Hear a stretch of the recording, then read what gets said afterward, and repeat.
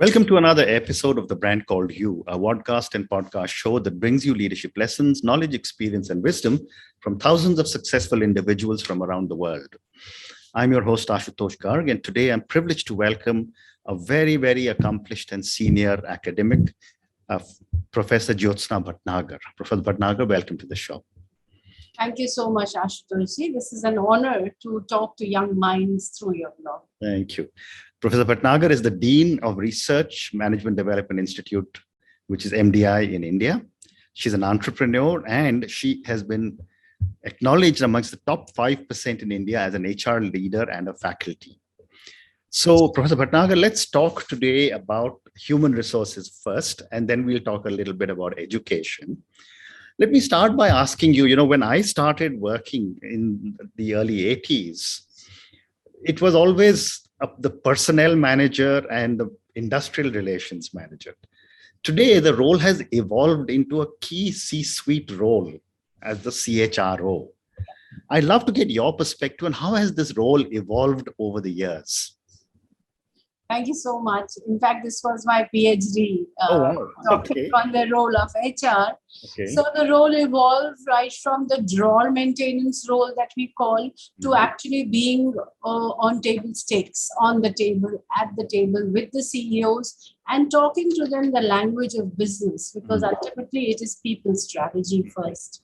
And then when the Indian CEOs realize that, first they have to be a people person, then only can their financial and strategic tactics and knowledge as well as strategies will become successful only through the people management way. So slowly it evolved, and we of course have a role model. Of course it is always controversial to have Gandhi as a role model, but being a good human being first, and your purpose in life becomes more important. And then you take all of that together and evolve it as a CEO who has the right strategies in mind, but it is always through the people. And that's how HR became the table stakes. Quite a bit. Thank you for the response.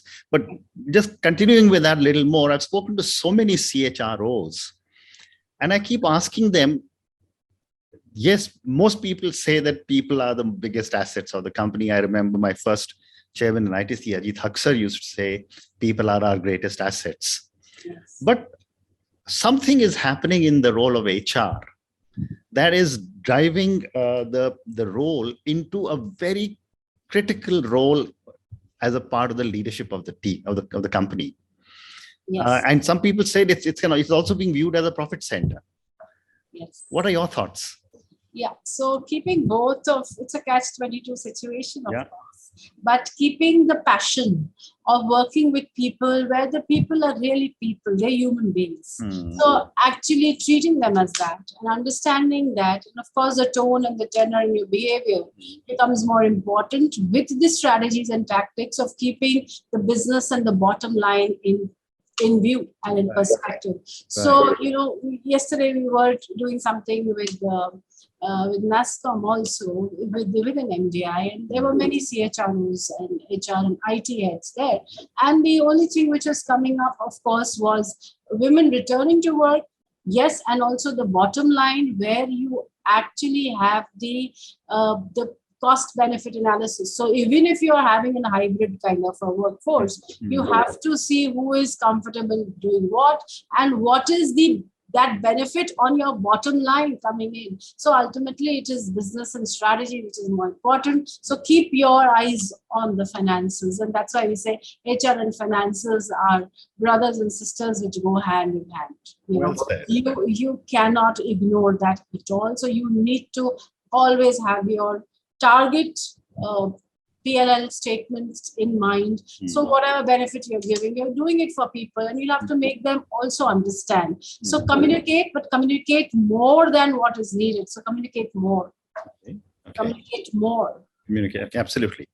And yet, the HR function seems to have had its biggest test in the last 2.5 years in the pandemic, with work from home, keeping people motivated, keeping people excited about the work they're doing.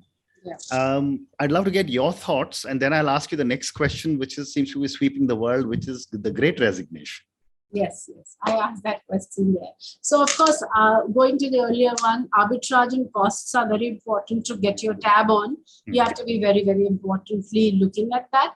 And then well-being, alignment, and the passion of work altogether. Because the last 2 years saw people working from home. Okay, they were very excited. Then they started becoming bored. But the productivity rose, and that is what the engagement rose. Correct. Now, the challenge is to sustain it over a period of time. And then, okay, so some people want work from home, some people want hybrid. How do I get onto it? So then each organization would have its own strategy. They'll sit down together. The think tank role would come in that, okay, make it hybrid, maybe Tuesday, Wednesday, Thursday, work from office. Monday and Friday, take it off and be with your family, but also share what you have to do. So share what you have to do, share your stories. And, the water cooler talks is what everybody says they miss it. Correct. So, yes. So then you create virtual water cooler talks like we are having. We could have,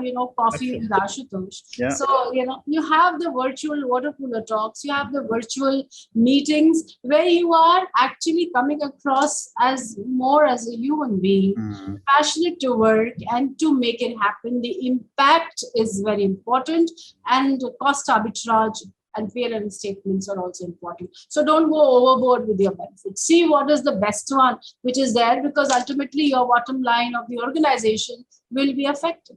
Well said. Well said. And your perspective on the Great Resignation, because it seems to be affecting the West, but someone was saying it's beginning to happen in India as well. Yes. So, well, we keep on talking about that. I teach talent management at IIM Calcutta as well as MDI Gurgaon and other places. And this Great Resignation, everybody would ask this question, ma'am, it's happening. I said, yeah, it's happening in the West. It is coming in here. Why? Because many of our IT skilled professionals got a chance to work from home or from locations nearer home. So they would want that same, thing that, okay, I can still manage it on the virtual one. Why do I need to go to office? And if somebody says, no, you need to come here and we need to collaborate, we need to have a team meeting, we need to see your faces, then they already have an alternative job source and they immediately resign because, of course, it's Gen Z. Immediate gratification and immediate action is needed. And of course, there are it's a generation of abundance. Yes, so they have abundant offers and they immediately resign and take that there. So somewhere it is affecting us as well. But those who would wait and watch and say, okay, let me see how it goes. But then everybody wants to work nearer home and have those bonds together because of the pandemic, and it is affecting the mental health of people, the toxicity of working only in IT kind of a domain and always looking at your phone or your computers, and being closer to family with the work. So ultimately they thought that if COVID affects anybody, you're gone in a minute. Correct. So, or maybe 2 weeks. So what do? So it's better to, be a little more bonded to your family. Well on the other hand, there were, families who were breaking apart because too much of familiarity breeds contempt. Correct. Right. So it was. So then, okay, building in spaces for creativity, building in spaces for innovation, building in spaces for me time, building in spaces for nothing. Maybe just a vacuum where you are just allowed to just look at the sea, the stars or the sky, and there maybe you get your motivation and creativity stick. Right. Or maybe doing something else, reading a book, not just always looking at your computer. Or maybe going into the depths of playing with children or dabbling in paints or creative journey, creative exercise. Do that to build in some space into your relationships at home and at workplace. So give yourself that much time. Indians were not doing that there. Amazing. So I think that was amazing. Great response. But yet, let me ask you a more philosophical question. yes. And I'm probably giving you a perspective from 40 years ago. But I remember young MBAs over the years, there was certain aspirations of making it to the top. Yes. Has that paradigm started to change when people say, I'm going to be happy doing gig work, I'm happy having multiple sources of income, I'm happy to stay close to my family? Or is this a temporary phenomena which you think may change again? Well, Ashutosh ji, I think it is evolving, right? And it depends on the person. Some of them who've reached the CHRO position or near that, they would want a break. There are young people. So there are, I think I would divide it into three buckets, as it say, or three work-life stages. You know, the younger you are, you would still want to become a CEO. Once you attain that dream faster, at maybe 40, then you would say, oh, why am I doing such a mechanical life? And then the middle-aged ones would say, okay, let me resign and let me see if I can do farming or an entrepreneurship, and let me be my own job. The third bucket is again at the younger ones who don't want to be, say, anchored with any organization. So, okay, let me do a gig work. I'm still earning money and I'm still free. And I can still come on and go on a holiday as and when I want to, right? Which was a central value in Europe, leisure as a central value. That value is coming to us as well. That, okay, it's not even leisure, it's also your hobby. So many youngsters would want to say, no, ma'am, I'm going to Leh. And they would go to Leh Ladakh to, do the trekking or do the other thing, because it's an adventure as a youngster as well as that. And they said, yeah, I'm doing a little bit of gig here and there and I'm getting that satisfaction there. So it depends exactly on your family structure, from where you're coming. And if you are very needy, you would want to do that. The ambition that you have, maybe you have fulfilled, then you'll come back and say, okay, let me do the gig, or let me do an entrepreneur. Let me just go and see what it is.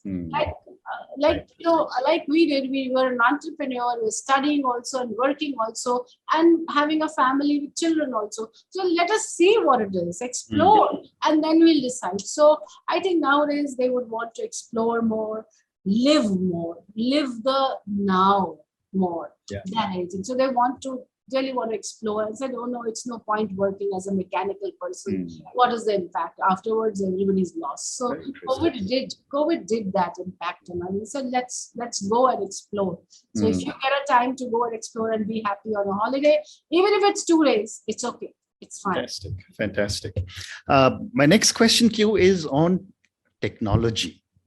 And I've spoken to many people. Technology seems to be changing the human resources function quite dramatically. And people are using artificial intelligence, blockchain to manage talent. And talent is something that you specialize in as well. I'd love to get your perspective on how's technology changing human resources. Well, technology is coming in a big way, and HR and technology, when finance and HR are sisters, technology is the mother of it. And metaverse is coming in big way, where you are actually metaverse, artificial intelligence and blockchain, where people are using it in recruitment, talent acquisition, talent retention, in other words. And supposing I have to, and of course, cost benefit. So I do have to, maybe immerse myself into a virtual world, and I would have to also invest in the cost of it. And if I can, then I might as well give them that experience of an artificial intelligence where they just wear the Google goggles, and then they experience my world, where I can make them see, okay, this is how you would be working in there. Before you make a decision, this is how you would be interacting with them. So they're using artificial intelligence in a responsible way. When you use it in a responsible way, you get to retain talent. When you use it in an irresponsible way, unethical way, then you lose talent. For example, if you come to know that some people are going to plan a family or something through the artificial intelligence that you have, generated, and the records that you have in the data, and the blockchain or whatever the documents that you have, and then you say, okay, the next assignment I am not giving to this person because this person may plan a family. Maybe it was just an Alexa talk, and Alexa has told you that. In front of Alexa, they've talked about it, and Alexa has Okay. It's connected to you, and the artificial intelligence has come in there. So we tell our students, be very careful when you are conversing in front of the Google Assistant or the Alexa, because you never know what is being plugged in. So the irresponsible and responsible artificial intelligence in managing talent and managing human resource is the crux. Of course, we have tools, we have important tools, which metaverse or blockchain is another technology which is coming in a big way, and it is affecting recruitment, and we cannot ignore it. In fact, it is the elephant in the room where you have to dance with it. If you don't, you lose it. Amazing. So I'm going to now move to another segment of our conversation, which is management education. Again, giving my own example of 77, 79 batch MMS from Bajaj. From that day, you went to IIM Calcutta and then have taught in different places.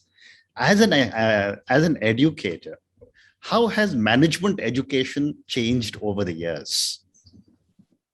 So I started my journey with Ahmedabad. I'm sorry. Yeah. So, and there we would still take out notes ourselves. Nowadays, you have people on the phone, they take the pictures and they'll take the notes there. So there is an old school and the new school. Correct. Management education has evolved. And we're looking at, of course, and NEP is coming up in a big national education policy is coming up, and saying, why are you only seeing that the person who can do maths cannot do creative writing or cannot get into artistic ones? So can you look at a holistic development of personality? That is coming up in a big way. Earlier, management education was a little siloed. Yes, and we would only look at that, and we are sometimes the only focus, of course, but we were zero. Now it is getting into how extracurricular could also help you. So go play and go also learn and go study. But then, of course, do look after your health as well. So management education is going to revolve around all of these things, where you have to get the concepts there, make them work and see, but also go into a lot of live projects. So we actually, there we would be in the classroom. Here we're telling them, go to the field. Go and work with the corporate. Go and have a mentor. Go and, like, for example, your blog itself. I mean, we would have given a Tuesday with Maury, a book, and we would have read it and reflected. Now you're actually giving a live example and say, okay, how did you do it? And am I interested? Okay, if I'm a little interested, I may hear. Otherwise, I may just, just shut it off. Go and explore is what it is. And so go to the corporate, go to the field, go and do as many live projects you can, so that when you go there, you're not in a state of shock and you're already hitting the road running. Yes, so nowadays that is what management education has, hit the road running. In 87, when I finished it in my master's, and then we were, of course, still going and doing a lot of digital psychology. So we were still going to KGMC hospital and looking at mental patients and observing them and seeing how would then, because I did clinical psychology as a counselor. And then we would see. And then I went into management education and said, oh, this is so easy. You just read it and you get it. Yes. But then it is so difficult to implement, because everything lies in the I, the implementation. So how do you manage the I to the we and the us and work together? One. Second, work on the field more. Right. I still remember my friends would say that even if you're from Calcutta or Ahmedabad, you still sit down behind the person. And my husband also would say that it doesn't matter where you are, you go and work with the people at the ground level and learn the tactics and the business that they're doing, and then come and tell them, not through ivory tower, but through what you are doing at the base level, and bring that learning to the CEO there, so that they know, okay, this is the ground reality. And give yourself a chance to work in the ground reality. Go work in the sun. Go work and do the marketing which they have done, paying ITC. So go and do it there. It's just not corporate sitting in air-conditioned ones. It's hard work. And of course, you can use technology a lot, but then you'll have to work it out there. So go and work in the field and go and do a lot of life projects there. What is the difference then? Well said. So I have time for two more questions, Professor Bhatnagar. One is relating to education, and then I'll come to the last one. One of the things that is often spoken about, and I sit on the board of one of the educational institutions. One of the challenges that is often discussed is why isn't enough research being done? You've done your PhD, but why is it that management schools in India are not producing more scholars like you and just giving more and more people to the corporate sector? Well, it is changing because doing research is not easy. Okay. One. Second, there are types of research, and you can do a qualitative or quantitative, or you can also write cases where you're not giving an experiential one. So it's also a passion and where you are bringing it. So many of the IITs insist on that. And now management education is changing. So we are looking at people publishing a lot, doing research, knowing what plagiarism is, and not looking at real ideas, and also going to Indian thought in management. Go down to that Indian thought in management. Everything is not Western. So can we look at Indian thought in management and say, yes, we used to do that there like this. And well, research is now being insisted upon by all the management institutes for their faculty members. So ones who are coming in there is there. For me, it was a passion because I have been brought up in those institutes where I've seen that there is no other way. Plus, as a writer, so I was in Lucknow, and we were asked to write, and we used to write a poem every day as a habit, and that habit went on to become researchers. So you would want to create knowledge. So unless that passion is there to create knowledge, you would want to do research. No matter how much you teach, you would still want to create knowledge, whether it's a research paper or a case or a qualitative study or just a white paper, or working with the industry to, work out something which, you can do it in here and now, which is all of it, which is research, action research, research projects. Also, to do it more. That passion has to be ignited, which I think now the government is also insisting upon. And as a result, it has come to management education that all the people who are being recruited now or being promoted are their research publications and how much of real research output is being looked into. Very, very interesting. And my last question to you, and this is for the many, many people who will listen to our conversation and everything that you've said so far. What would you say are 3 lessons that you would like our viewers and listeners to take away from your own perspective as an academician, as an educator, as a management expert? My first lesson would be never be entitled. Okay. Never feel entitled. You remain humble and keep doing your work. Because if you're doing your work right, you would be spotted one way or the other. But then take care of your health, most important, because health is wealth. So don't overwork. Then be very passionate about what you're doing, single focus, looking at what you're doing, and when it's done, give your work-life balance a priority and work it off, because it's not just work, it's also work life, it's also family. So bond with people that you work with, bond with your family, bond with yourself, look after yourself. By the health is most important. So I would say first is your passion and your focus.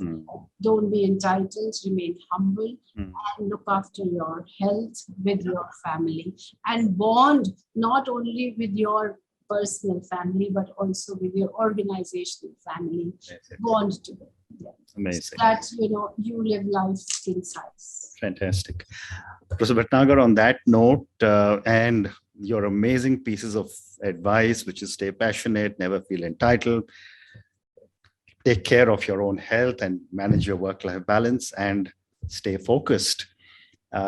Thank you so much for speaking to me. Thank you for talking to me at such length about your incredible expertise in the human resources function and how this function has been evolving over the years. Thank you also for talking to me about management education and the importance of research.